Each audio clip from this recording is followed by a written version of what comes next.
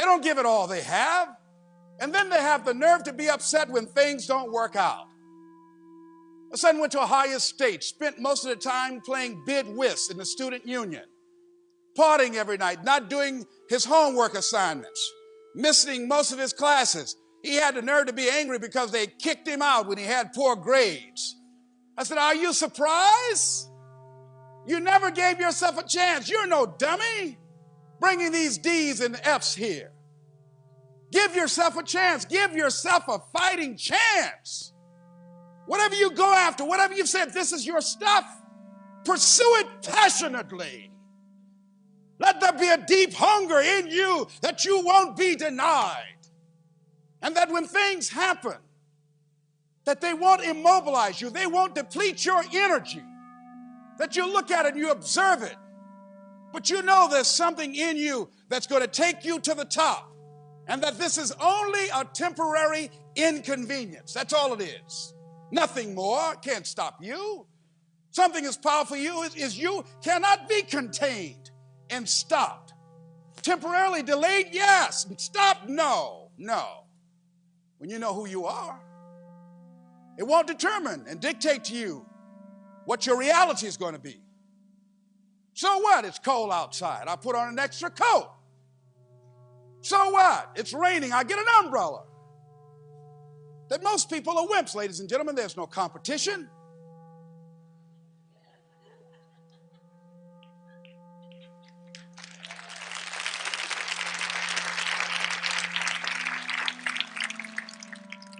So as you brainstorm, as you think about what you want to do and where you want to go, you've got to have this something in you that is your true identity. Michael Todd, one of Elizabeth Taylor's former husbands, said something. He said, there's a guy that was a millionaire and broke and became a millionaire and broke again. He said, I've been broke many times, but I've never been poor. Why? See, poverty is a state of mind. People that are impoverished, and I was looking up the word impoverished. People that are impoverished, it's called to be deprived of strength, richness, or fertility by depleting or draining of something essential.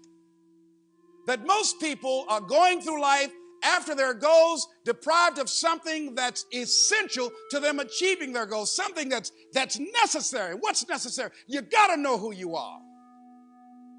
You got to align yourself with the strong part of you. You got to, regardless of the circumstances, to judge not according to appearances. That you've got to be willing to go at it with everything in you, pulling deep down within, challenging yourself. Put yourself to the test. Start with some personal victories. It might be just say, well, for the next 30 days, do something that will just let you test yourself. That for the next 30 days, every morning, I'm going to do just 5 setups every day. Just test yourself. Or the next 30 days, I'm going to get up and I'm going to go outside and walk just for 10 minutes. I don't care if it rains. I don't care if the temperature drops below 40 degrees. I don't care. I just want this, achieve this personal victory. Test yourself. When I was normalizing my weight, one of the things I had to do was to test myself. I found myself to be an impulsive eater, so I test myself. I went into a bakery and smelt the food. And I was watching myself. Here's what you're doing when you're testing yourself. You think before you think. See, my first mind would be, hey, watch yourself. My second mind, hey, doesn't that look good? You saw a skinny man get hit by a truck. A little bit more pounds, he might have lived.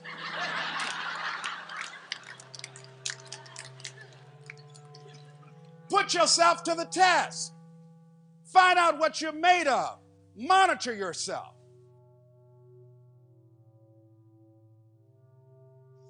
If you find yourself being fearful, feel that fear and acknowledge it. And then say, oh, okay, I'm scared. Yeah. I had to do that the other day. I had to speak to an AT&T group, rough group in New York. And I was listening to them in there. And they talked all through the other guy's presentation. My shoulders start getting tight. I'm walking backstage like this, loosening up. They thought I was going to come in and slug somebody. I say, yeah, Les, okay, I feel this tension here. Hey, they're just another bunch of human beings up in here. You Mamie's boy, what are you scared of? Loosen up. They ain't seen nothing till you come in there. Your time, they belong to you. Claim them.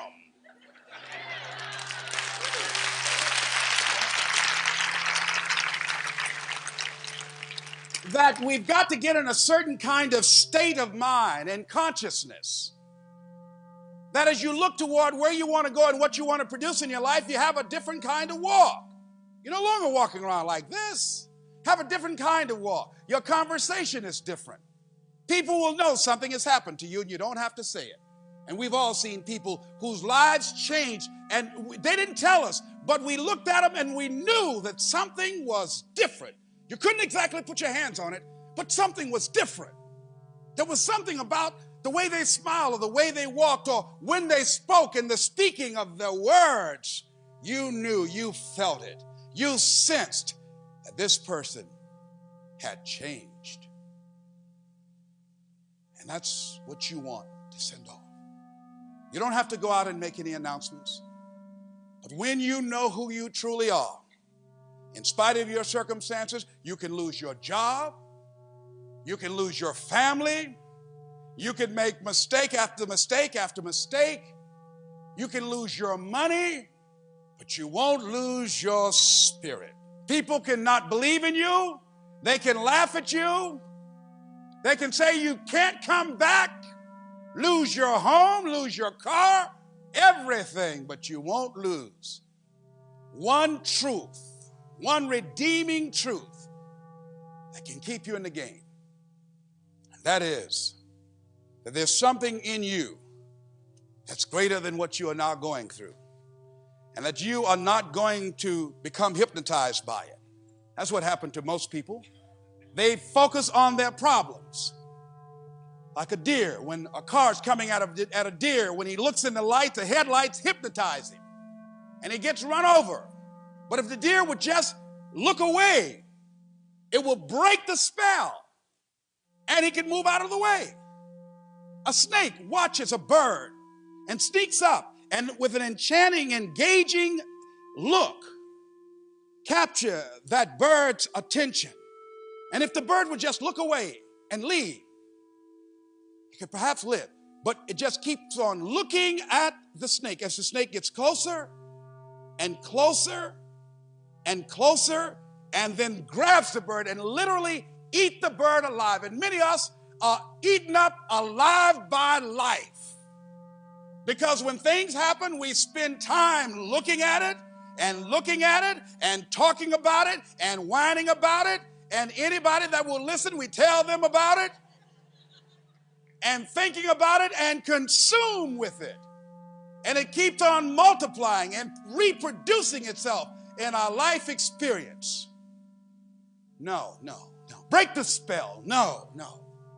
Doesn't matter what has happened. What do you want to happen? What is it you want to create in your life experience? What do you want to do now with the time that you have left? No. It doesn't matter what happened over here. That's history now. Doesn't matter what people think. That has nothing to do with you. Here's what matters. Where do you want to go? What do you want to do now? Okay, here you are. This is your life. What is it going to be? You know what most people do, ladies and gentlemen, why they don't reach their goals? Larry DeAngie touched on this when we were working on developing the presentation. Said most people disqualify themselves from the race of life before they get started because they see themselves as less than who they really are. We disqualify ourselves. How do you keep yourself focused and break that hypnotic spell? That's the purpose of the Mastermind Goal Achievers Journal. That's why you must write every available tool that you can bring into bear. Write things down. Monitor what your thoughts are, what you're feeling, what you're experiencing, what you're going through each day, staying on top of you.